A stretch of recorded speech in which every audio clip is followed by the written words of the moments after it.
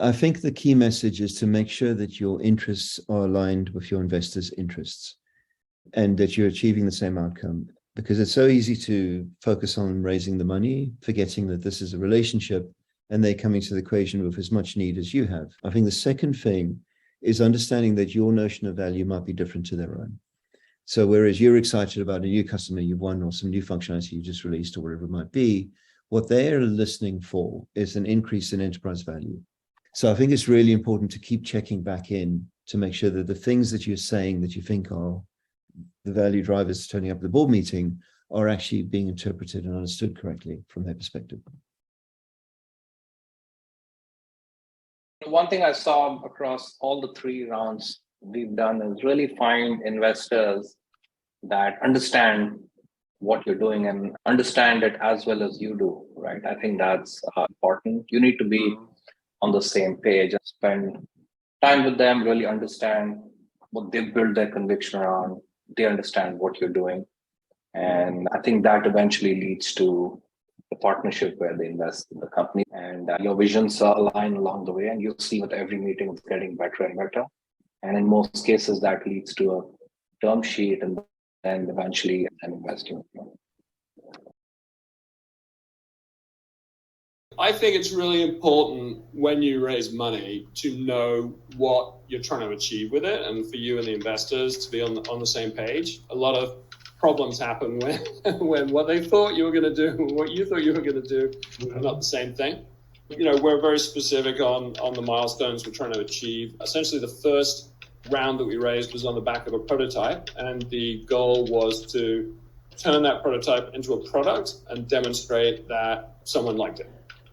We did that, and then this round we just raised, the goal is to demonstrate that we can acquire and retain users at a scale that is interesting enough to believe that you should then do a Series A.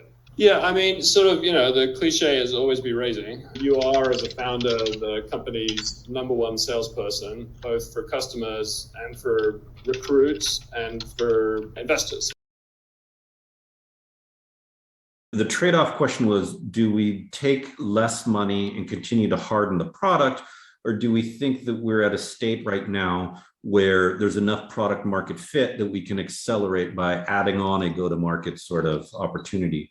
I mean, there's no clearer way to demonstrate product market fit than, a lot of people are buying your product already. And so the fact that we had revenues that were already north of where a lot of similar firms were raising Series A's were probably the right indicator for me that we were at a state where that made sense. There was enough of a pattern that was emerging that you could tell, okay, well, we could probably tighten this into a regression line pretty quickly by focusing on these certain sorts of use cases. The customers who are in that, conforming sort of use case were the most referenceable, the happiest, and all of that stuff, right? Which is really super important because as you're going out and raising, your new investor is going to want to talk to existing customers to figure out, hey, is this real? Is this good? Do you like it? Would you buy more? So having customers who fit the ideal customer profile that you're trying to drive at, who are happy, and who would be good references, not just for the financing, but also for future customers that we would recruit, for me, felt like, okay, we're ready. You're the one looking for the money. So, don't be pretentious. Humanity is one of our values. But it's really important to consider during the fundraising process and also after the fundraising process that investors are partners. And it's really a collaboration. So yes, you have to sell your product, you have to sell the company, you have to explain why it's amazing. But at the end of the day, it's not a manager to manager relationship or these kind of things. So it's really, we think that we have this amazing idea and for this and that and this reasons, we can prove it. And so we prepare the round a lot.